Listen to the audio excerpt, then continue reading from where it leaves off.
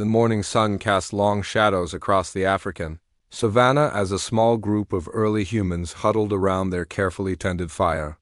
They did not know that high above them, something watched from the darkness of space.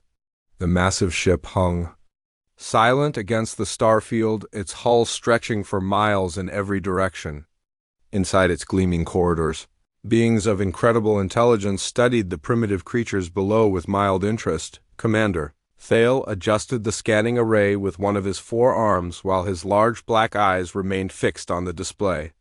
Screens. The bipedal creatures on the planet's surface showed basic tool use and simple social behaviors. They worked together to hunt large animals and shared their food in organized groups. Most interesting of all, they seemed to communicate with complex sounds and gestures that suggested early language development. "Curious specimens," muttered Science Officer Keel as she recorded her observations. The Krelians had encountered thousands of species across the galaxy, but these humans displayed something unusual. While they were physically weak compared to most intelligent life forms, they showed remarkable cooperation and problem-solving abilities. When one member of their group was injured, the others would care for it rather than abandon it to die. The Krelian survey had lasted 3 full rotations of the planet.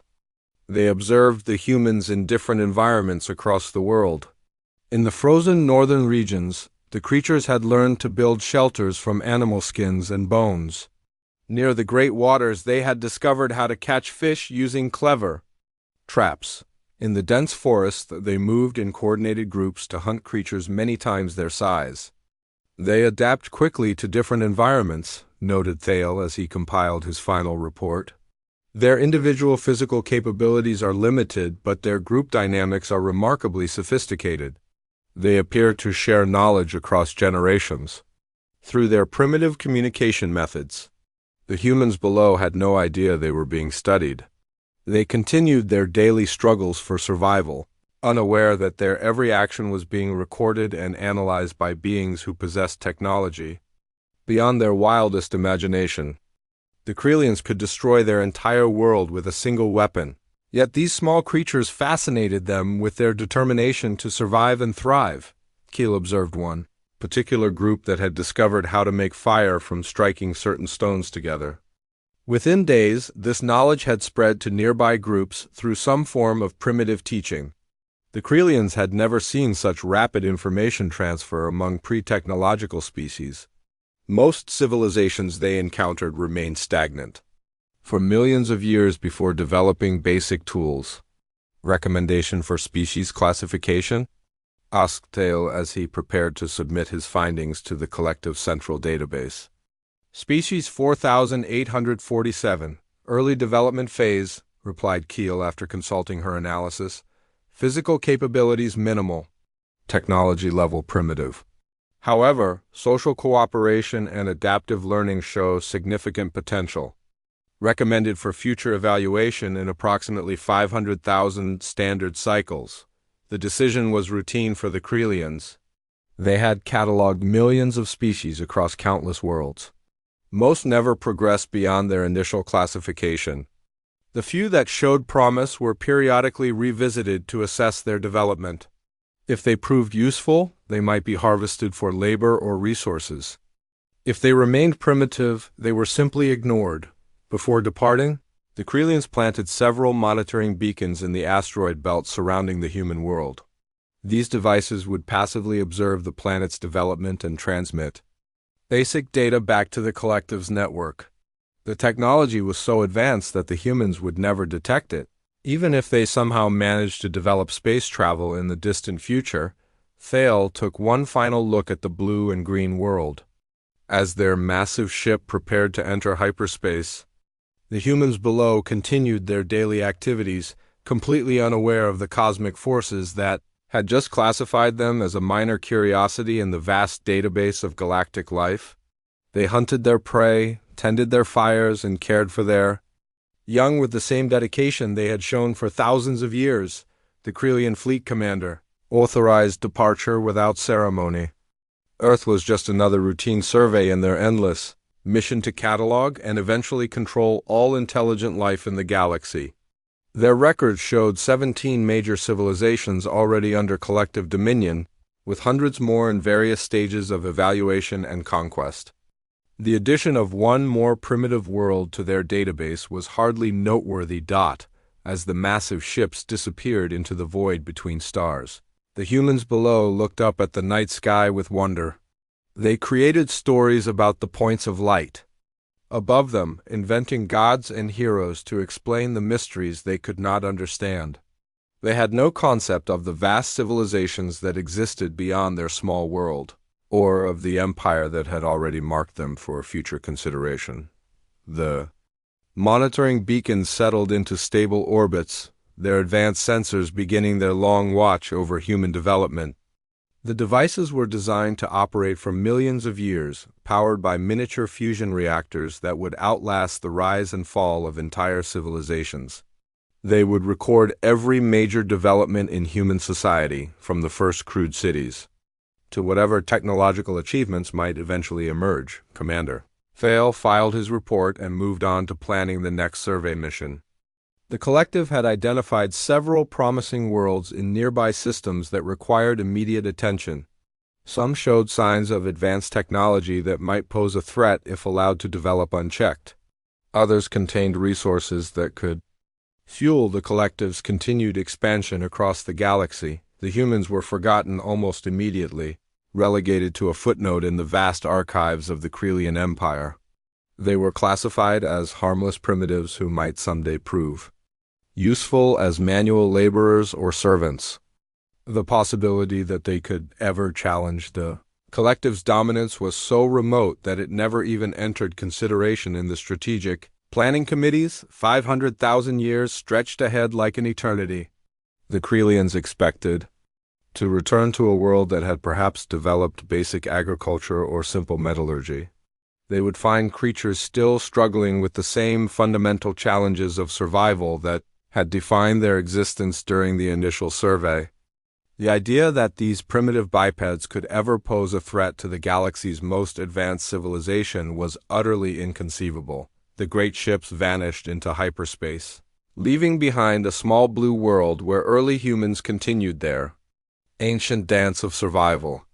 They gathered around their fires as night fell, sharing stories and planning for tomorrow's hunt, completely unaware that their future had just been decided by beings they could never imagine.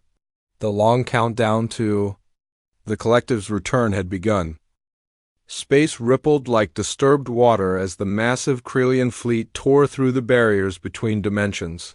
Fleet Admiral Vane felt the familiar sensation of hyperspace transition wash over him as reality reasserted itself around the eternal Dominion. The colossal dreadnought emerged first, its 12-kilometer hull bristling with enough firepower to reduce entire continents to molten slag. Behind it came 50 more warships, each one a monument to Krelian engineering and military supremacy. This was supposed to be a routine collection mission. The records indicated that species 4847 had been classified as primitive bipeds with limited potential for resistance. Admiral Vane expected to find a world of simple farmers or perhaps early city-states at most. The fleet he commanded was massive overkill for such a minor operation, but the collective believed in overwhelming displays of force to discourage rebellion among newly conquered species. "Sir, initial sensor sweeps are complete," reported Science Officer Keel from her station at the Central Command Array.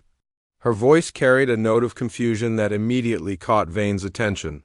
In 3 centuries of service, Keel had never sounded uncertain about anything. "What do you see?"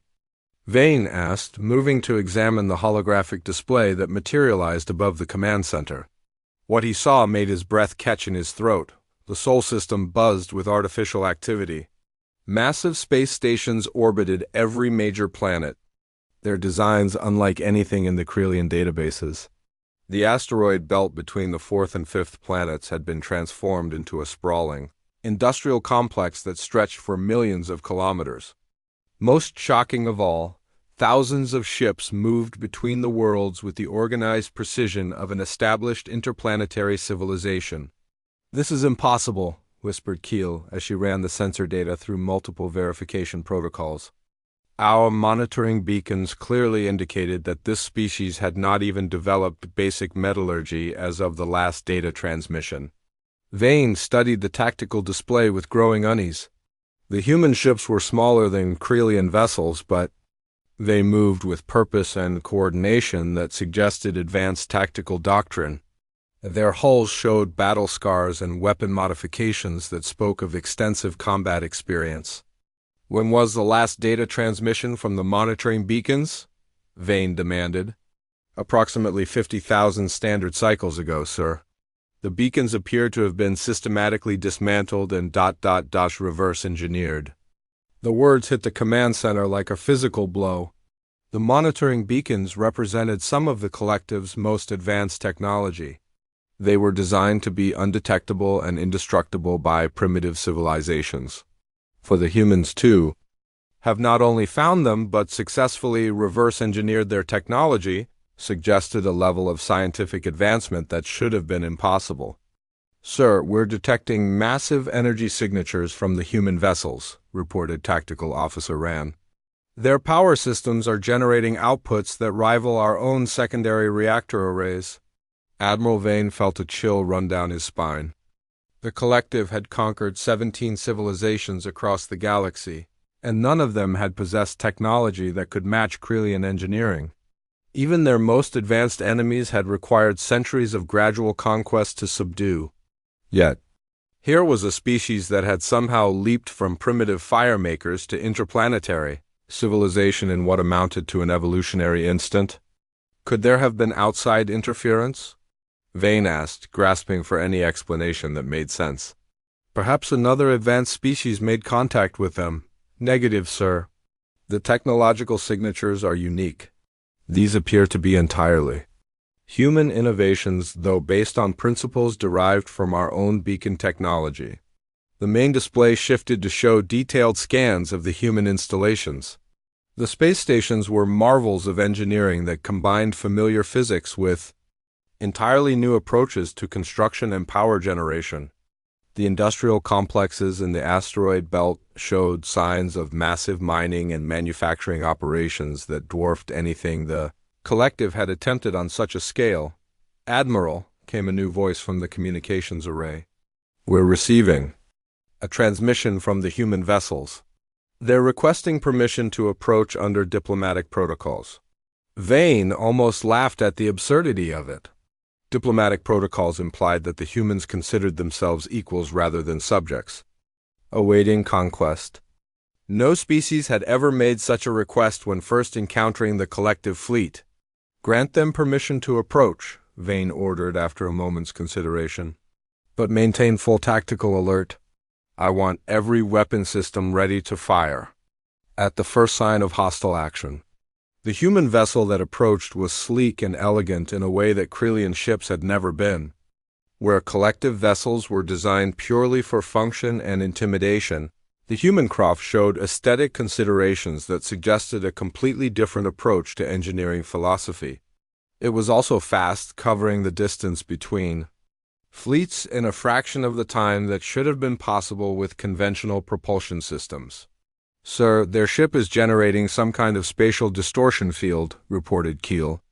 They're not using conventional engines at all. The physics involved are completely beyond our current understanding. As the human vessel drew closer, additional sensor data revealed more disturbing details. The ship's hull was composed of materials that should not have been possible to manufacture without access to stellar core forges. Its weapon systems, while smaller than Krelian equivalents, showed energy-focusing capabilities that suggested destructive potential far beyond their apparent size. How many ships are we detecting in their fleet? Vane asked, though he was beginning to suspect he would not like the answer. Current count is 12,847 vessels, sir. But the number keeps increasing as more ships emerge from what appear to be cloaked positions throughout the system. The tactical display updated continuously as human ships revealed themselves. They had been hiding in plain sight using stealth technology that had completely fooled Krelian sensors. The implications were staggering. If the humans could mask their presence so effectively, How many other systems might already be under their influence without the collective's knowledge? "Sir, the human diplomatic vessel is requesting permission to dock," reported the communications. Officer, Admiral Vane straightened his uniform and prepared to meet representatives of a species that had somehow transformed from primitive tool users to potential galactic rivals in the span of what should have been a brief moment in cosmic time. The routine collection mission had become something far more complex and dangerous than anyone in the collective could have imagined. "Grant docking permission," he ordered, "and send word to collective command. Tell them we may have discovered our first true peer competitor." The message would take months to reach the collective's central worlds, but Vane suspected that by the time reinforcements could arrive, the situation would have resolved itself one way or another. The humans had clearly been preparing for this moment, and their confidence suggested they believed they held the advantage in any coming confrontation. The airlock cycled with a soft hiss as the human delegation stepped aboard the Eternal Dominion. Admiral Ross moved with the confident stride of someone who had walked onto enemy ships before and lived to tell about it. His weathered face showed no trace of fear or uncertainty, despite being surrounded by beings who could have crushed him with their bare hands. Behind him came two other humans, a man and woman whose calm demeanor suggested they too were veterans of dangerous negotiations. Admiral Vane towered over the human delegation, his 3-meter frame designed by evolution to intimidate prey species. His 4 arms and razor-sharp claws had terrorized countless civilizations into submission. Yet, as he looked down at the small human leader, he felt none of the usual satisfaction that came from demonstrating Krillian physical superiority. "I am Admiral Ross of the Earth Defense Coalition," the human said, his voice steady and clear through the translation matrix. "Thank you for agreeing to this meeting, Admiral Vane." The casual use of his name sent a chill through Vane's spine. The humans should not have known his identity or rank. Krillian communication protocols were encrypted with quantum algorithms that had never been broken by any known civilization. "How do you know my name?" Vane demanded, allowing a threatening growl to enter his voice. Ross smiled, and somehow that expression carried more menace than any Krillian battle cry. "We know quite a lot about you, Admiral. We know about your service record, your victories over the Centauri Republic, your role in the subjugation of the vegan worlds. We've been studying the collective for a very long time." The human turned to examine the bridge around him with the eye of someone who understood exactly what he was seeing. "Impressive ship. The gravitational manipulation drives are particularly elegant. We've developed something similar, though our approach uses a different theoretical framework." Vane activated the holographic display system, his imposing image materializing in the center of the room with full intimidation protocols engaged. Lights dimmed and atmospheric processors added ominous sounds designed to trigger fear responses in most species. The human delegation showed no reaction whatsoever. "Your species was cataloged 500,000 years ago," Vane announced in his most commanding voice. "You are designated as species 4847, classified for evaluation and processing. You will submit to collective authority and prepare for integration into our empire." Ross exchanged a look with his companions that might have been amusement. "Processing? Admiral, I think there's been a fundamental misunderstanding about the nature of this meeting." "There is no misunderstanding," Vane snapped. "The collective has conquered 17 civilizations across this galaxy. Your primitive world will be the 18th. 18? The human woman spoke for the first time, her voice carrying a note of genuine curiosity. "Admiral, when was the last time you received communications from your conquered territories?" The question was so unexpected that Vane found himself answering before he realized the tactical implications. "Standard reports are transmitted on quarterly schedules. The most recent updates indicated normal operations across all occupied worlds." Ross nodded slowly. "Those reports have been fabricated for the past several decades. Your conquered worlds have been free for quite some time now." The words hit the Krillian bridge crew like a physical assault. Vane's officers exchanged glances of disbelief and growing panic. The idea that their empire might be crumbling without their knowledge was unthinkable. Impossible, Vane snarled. No primitive species has ever successfully rebelled against collective authority. Our military superiority is absolute. Was absolute, Ross corrected gently. Things change, Admiral. Civilizations grow. Technologies advance. 500,000 years is a very long time. The human male stepped forward, producing a small device from his uniform. May I show you something? Without waiting for permission, he activated the device. The bridge's holographic systems responded immediately, displaying a real-time tactical map of the galaxy. Red indicators marked the former collective territories, but instead of showing Krelian control, the display revealed a network of free worlds connected by trade routes and mutual defense pacts. The vegan worlds were the first to break free. About 3 centuries ago, Ross explained calmly. We provided them with defensive technologies and tactical support. The Centauri Republic followed shortly after. Within 50 years, your entire empire had collapsed. Vane stared at the display in horror. You're lying. This data cannot be accurate. I'm afraid it is, the human woman said. We've been very thorough in our liberation efforts. Every world your people conquered has been given the tools and knowledge necessary to defend their freedom. Ross walked to the main tactical station as if he owned the ship.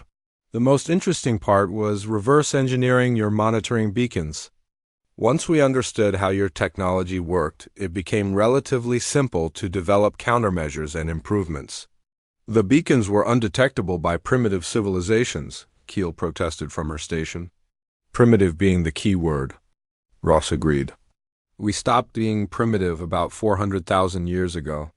The first beacon was discovered by one of our deep space mining operations.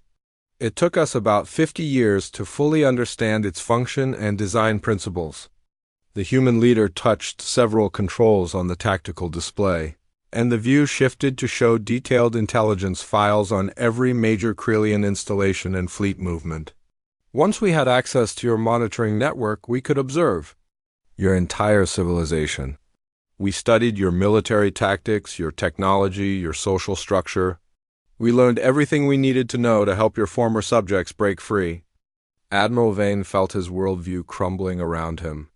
The collective superiority had been absolute, unquestionable.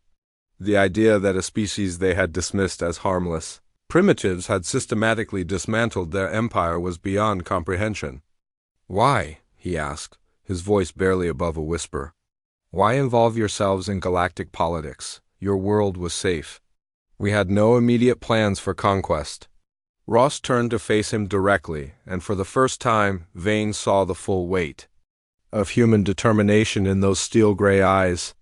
Because we learned something about your people during our centuries of observation, Admiral. We learned about the billions of beings you had enslaved. We learned about the worlds you had strip-mined to barren rocks. We learned about the civilizations you had completely exterminated because they showed too much resistance. The human's voice remained calm, but there was an underlying current of implacable resolve that made every Krelian on the bridge step back involuntarily. We decided that such an empire had no right to exist. And so you destroyed it, Vane said, finally understanding the scope of what had happened. No, Ross replied, we liberated it. Every species you conquered is now free to determine their own destiny. Every world you occupied has been restored to its rightful inhabitants. The only thing we destroyed was your ability to hurt anyone else. The human delegation began moving toward the airlock, their business apparently concluded. Ross paused at the threshold and turned back one final time. You have a choice to make, Admiral Vane. You can accept that your empire is gone and work with us to build something better. Or you can try to fight us and discover just how far human technology has advanced in the past 500,000 years. The airlock sealed behind them, leaving the Krelian command crew in stunned silence. The silence on the bridge stretched for long moments after the human delegation departed. Admiral Vane stared at the tactical display where thousands of human ships maintained perfect formation around his fleet. Each vessel bore the scars of countless battles, their hulls marked with symbols he was beginning to recognize as victory tallies from successful liberation campaigns. "Sir," Communications Officer Rand's voice cracked as he struggled to process the incoming data streams. "We're receiving transmissions from across the galaxy. The signals are being broadcast on collective emergency frequencies, but they're not coming from our installations." Vane moved to the communications station, his claws clicking against the metal deck plating. "Show me," the main display flickered to life with a dozen different transmission sources. Each one showed scenes that made Vane's hearts race with growing panic. Krelian installations under attack, fleets being systematically destroyed, and worst of all, their own soldiers fighting alongside the species they had once conquered. "This footage is from the Rigel system," Rand explained, his voice hollow with shock. The timestamp indicates it was recorded 6 months ago. On screen, human vessels moved in perfect coordination with ships from a dozen different species. The combined fleet engaged a Krelian battle group with devastating effectiveness. What should have been an easy victory for collective forces turned into a complete rout as the enemy demonstrated superior tactics and technology. "How is this possible?" demanded Tactical Officer Keel. "Our forces have never lost a major engagement. Our weapons technology is centuries ahead of any known civilization." The answer came from an unexpected source. The display switched to a new transmission, and Admiral Vane found himself face to face with someone he had thought dead for 3 centuries. "Hello, old friend," said Captain Leth, Vane's former second-in-command who had been listed as killed in action during the Vegan campaign. But the figure on screen was not the Krelian officer Vane remembered. Leth's natural features had been augmented with technological implants that gave him an otherworldly appearance. His eyes glowed with artificial intelligence, and when he spoke, it was with the measured cadence of someone who had transcended his original species' limitations. "Leth?" Vane whispered, unable to believe what he was seeing. "You died at Vega Prime. I saw your ship destroyed." "My ship was destroyed, yes," Leth replied calmly. "I was rescued by a human medical vessel. They offered me a choice that no Krelian had ever been given before, the chance to evolve beyond the limitations of my birth." The transmission expanded to show Leth's surroundings. He stood on the bridge of a vessel that combined Krelian engineering with human innovation and technology from a dozen other species. The crew around him was equally diverse, with beings from across the galaxy working together in perfect harmony. "You see, Vane, the humans taught us something that the collective never could. They showed us that true strength comes not from domination, but from cooperation. Every species brings unique capabilities to the Alliance. Together we are far more powerful than any single civilization could ever be." More displays activated around the bridge, each showing similar scenes from across the galaxy. Former Krelian colonies where the inhabitants worked alongside human advisors to rebuild their civilizations. Training facilities were human military. Instructors taught advanced tactics to liberation forces. Research stations where scientists from dozens of species collaborated on technologies that surpassed anything the collective had ever developed. "The humans gave us a gift beyond price," Leth continued. "They gave us hope. For the first time in our history, we could imagine a future that was not defined by conquest and subjugation." Admiral Vane felt his legs give way as the full scope of the transformation became clear. The galaxy had been completely reorganized while the collective remained unaware. Every world they had conquered, every species they had enslaved, every strategic resource they had claimed was now part of a vast alliance dedicated to preventing the return of Krelian tyranny. "Sir," Rand's voice was barely audible. "I'm detecting massive fleet movements throughout the galaxy. Human ships are coordinating with local forces on every former collective world. The response time suggests they've been planning this operation for decades." Science Officer Keel looked up from her analysis station with an expression of awed terror. "Admiral, the technological advantages we're seeing are not just incremental improvements. The humans have achieved breakthrough advances in every field of science. Their ships use power sources we don't understand, weapons that manipulate spacetime itself, and defensive systems that render our most advanced attacks completely ineffective. The tactical display updated to show the true scope of human influence across the galaxy. Red lines connected thousands of star systems in a network of mutual defense pacts and trade agreements. At the center of it all was Earth, not as a conquered territory but as the coordinating hub of the largest voluntary alliance in galactic history. How did they do it? Vane asked. Though he was not sure he wanted to hear the answer, Captain Stone's image appeared on a new transmission channel. The human officer's scarred face spoke of countless battles fought and won. "We did what Krelians never learned to do, Admiral. We listened." The display showed human diplomatic teams working with newly liberated species, not as conquerors but as partners. They shared technology freely, provided military support without demanding tribute. And most importantly, they treated every species as equals deserving of respect and self-determination. "Every world your people conquered had something to offer," Stone explained. The vegans possessed advanced metallurgy techniques. The Centaurians had developed sophisticated biotechnologies. The Rigelians understood energy manipulation in ways that complemented our own research. Additional footage showed the results of this cooperation. Hybrid technologies that combine the best innovations from dozens of civilizations. Weapons.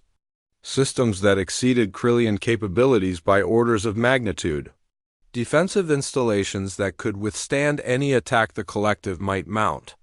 "You built an empire through fear and intimidation," Stone continued. "We built an alliance through trust and mutual benefit. Guess which approach produces stronger, more loyal partnerships?" The communications array lit up with thousands of additional transmissions. Every former collective world was reporting the same thing. Human-trained liberation forces had successfully overthrown Krelian occupation forces. Collaborative governments had been established with human advisors providing guidance but not control. Most shocking of all, many former Krelian soldiers had voluntarily joined the liberation forces rather than fight for an empire they no longer believed in. "Your empire is not just defeated, Admiral Vane," came Admiral Ross's voice over the communication system. "It has been completely transformed. The species you tried to conquer have become our closest allies. The worlds you sought to exploit are now thriving centers of technological and cultural advancement." Vane looked around his bridge at officers who had dedicated their lives to collective supremacy. Their expressions showed the same shock and despair he felt. Everything they had believed about Krelian superiority had been proven false by a species they had dismissed as primitives. "What happens now?" Vane asked, his voice barely audible. "Now you choose," Ross replied. "Join us in building a better galaxy, or face the consequences of 500,000 years of accumulated justice." The final revelation came not as a thunderous declaration of war, but as a quiet conversation between old enemies. Admiral Vane found himself alone in his private quarters, staring out at the human fleet that surrounded his forces with overwhelming superiority. The tactical displays showed impossible numbers of ships, each one representing a species that should have remained under Krelian dominion forever. A soft chime indicated an incoming private transmission. Vane hesitated before accepting it, knowing that whatever he was about to learn would probably destroy what remained of his worldview. The holographic projector activated to reveal Admiral Ross, but this time the human appeared relaxed, almost sympathetic. "I thought you might want to understand how we accomplished all this," Ross said without preamble. "Your people have spent centuries trying to figure out the secret of human success. The answer is actually quite simple." Ross gestured, and the display shifted to show Earth as it had appeared during the original Krelian survey. Small groups of primitive humans struggled to survive in a hostile environment, using crude tools and basic cooperation to overcome challenges that should have destroyed them. "Your survey team saw our physical limitations and assumed we were weak," Ross continued. "They cataloged our short lifespans and concluded we were insignificant. But they missed the most important thing about humanity." The display changed. to show human settlements growing larger and more sophisticated over the millennia. Villages became cities, cities became nations, and nations eventually reached out to touch the stars themselves. But more importantly, the images showed how humans consistently worked together to overcome obstacles that would have defeated any individual. We are persistence predators, Admiral. Not just in the physical sense, but in every aspect of our existence. When we encounter a problem we cannot solve, we do not give up. We adapt, we learn, and we try again. When we face an enemy we cannot defeat, we do not surrender. We find allies, we share knowledge, and we return stronger than before. New images appeared showing the discovery and analysis of the first Kryllian monitoring beacon. Human scientists worked around the clock for decades to understand its function and construction. Once they had mastered the technology, they used it as a foundation for even more advanced innovations. The beacon led us to understand that we were not alone in the galaxy, Ross explained. More importantly, it led us to understand that there were civilizations out there that viewed us as potential slaves. That knowledge changed everything. The display showed the early human expeditions beyond their solar system. Small exploration vessels using technology derived from Kryllian designs, but improved through human ingenuity. They moved carefully, avoiding detection while they learned about the galaxy's true nature. We could have hidden, Ross said. We could have stayed in our system and hoped you would never return, but that's not who we are. When we learned about your empire, about the billions of beings living under Kryllian oppression, we knew we had to act. What followed was a masterpiece of long-term strategic planning that spanned centuries. Humans made contact with subjugated species not as liberators, but as fellow victims of Kryllian aggression. They shared technology and knowledge freely, asking for nothing in return except the opportunity to work together against their common oppressor. The vegans were first, Ross continued. Their homeworld had been strip-mined to near barren rock by collective operations. We helped them rebuild their infrastructure and develop defensive technologies. In return, they taught us advanced metallurgy, techniques that revolutionized our ship construction. More images showed the gradual expansion of the Human Liberation Network. Each newly freed world became a center for training and equipping resistance movements on other collective territories. The humans provided the coordination and advanced technology, while local species contributed their unique knowledge and capabilities. By the time your people realized what was happening, it was already too late, Ross said. We had established contact with every major collective territory. Liberation movements were operating on dozens of worlds simultaneously. Your security forces were completely overwhelmed. The display shifted to show the systematic collapse of Kryllian control across the galaxy. It had not been a sudden military defeat, but rather a gradual erosion of authority as one world after another declared independence with human support. The collective's military forces found themselves fighting on too many fronts with inadequate intelligence about enemy capabilities. The most beautiful part was that we never had to become conquerors ourselves, Ross said with evident satisfaction. Every world we liberated chose to join our alliance voluntarily. They saw the benefits of cooperation over domination, of mutual respect over slavery. Admiral Vane watched in horrified fascination as the true scope of human achievement became clear. They had not simply defeated the Kryllian Empire, they had replaced it with something entirely different.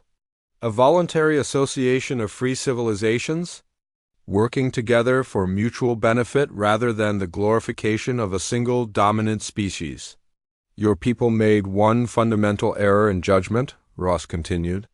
You assumed that military superiority was the only form of power that mattered. You never understood that willing cooperation is far stronger than forced compliance. The display showed the current state of the galaxy under human coordination. Trade flowed freely between worlds that had once been isolated under Kryllian rule. Scientific collaboration had produced technological advances that surpassed anything the collective had achieved. Most importantly, billions of beings now lived in freedom rather than slavery. We turned your greatest weapon against you, Ross explained. Fear. For 500,000 years, the galaxy lived in terror of Krelian retaliation. Every species knew that resistance meant death, so they submitted. But once we proved that the collective could be defeated, that fear transformed into hope. The human admiral leaned forward, his expression becoming more serious. But here's the thing, Admiral Vane. We didn't do this out of hatred for your people. We did it because we believe that every intelligent species deserves the chance to determine its own destiny. A new transmission activated, showing Krelian refugees living peacefully on human-administered worlds. Former collective soldiers worked alongside their former enemies in research facilities and construction projects. Even high-ranking officers had been integrated into the alliance structure, their military experience valued despite their previous allegiance. We're offering you the same choice we've offered everyone else, Ross said. Join us as equals and help build a better galaxy, or remain prisoners of your own obsolete philosophy. But understand this, the age of Krelian domination is over forever. Admiral Vane looked out at the human fleet one final time. Each ship represented not just superior technology, but superior ideals. Where the collective had built an empire through conquest and intimidation, the humans had created an alliance through cooperation and mutual respect. The nightmare was complete now. The species that Krelian arrogance had dismissed as primitive. Animals had become the galaxy's new moral center. They had not achieved this through superior firepower or advanced technology alone, but through something far more powerful, the ability to inspire others to believe in a better future. We could destroy your fleet right now, Ross said quietly. Our weapons are centuries ahead of yours. Our numbers are overwhelming, but that would make us no better than you once were. The transmission expanded to show representatives from dozens of species standing together on the bridge of Ross's flagship. Vegans worked alongside former Krelian officers. Centaurians shared data with Rigelian scientists. The diversity was staggering, yet every being present showed the same sense of purpose and unity. This is what you never understood, Ross continued. True power doesn't come from the ability to destroy your enemies. It comes from the ability to transform them into friends. Admiral Vane felt something break inside him as he finally grasped the magnitude of what had occurred. The humans had not simply conquered the Krelian Empire, they had made it irrelevant. They had created a new galactic order based on principles that made collective dominance impossible to restore. Your people spent 500,000 years believing that might makes right, Ross said. We've proven that cooperation makes everyone mightier. Every species you conquered is now stronger than they ever were under your rule. Every world you controlled is now more prosperous than it was as a collective territory. The display showed industrial complexes that dwarfed anything the Krelians had built, powered by collaborative technologies that no single species could have developed alone. Scientific research stations where breakthroughs occurred daily through the free exchange of ideas between dozens of different civilizations. Military academies where former enemies trained together to defend their shared freedom. The choice is yours, Admiral, Ross said as the transmission began to fade. You can cling to the past and face the consequences of your crimes, or you can help us build something better. But understand this, the galaxy will never again bow to Krelian supremacy. The hologram disappeared, leaving Vane alone with his thoughts. Outside his window, human ships maintained their positions with patient determination. They were not there as conquerors waiting to claim their prize, but as guardians ensuring that the old ways could never return. Admiral Vane activated his ship's communication system and sent a message to every vessel in his fleet. His words would be recorded and transmitted across the galaxy, marking the end of one era and the beginning of another. All collective vessels, this is Admiral Vane. I hereby order the immediate cessation of all hostile activities. We will surrender unconditionally to the human alliance and submit to whatever justice they deem appropriate. He paused, looking out at the stars that had once belonged to his empire. The Krelian collective is dead. It died the moment we chose domination over cooperation, fear over hope. Perhaps it is time we learn to live differently. The response came immediately from ships throughout his fleet. One by one, Krillian officers acknowledged the surrender order. Some did so with relief, others with despair, but all recognized the futility of continued resistance. The nightmare was complete. The species that had once ruled the galaxy through terror and oppression had been defeated not by superior violence, but by superior ideals. The humans had proven that the universe belonged not to the strong, but to those wise enough to make strength through unity. As the last echoes of his surrender broadcast faded into space, Admiral Vang realized that perhaps this ending was not a nightmare after all. Perhaps it was the galaxy's long overdue awakening from the true nightmare of Krillian rule. The age of cooperation had begun.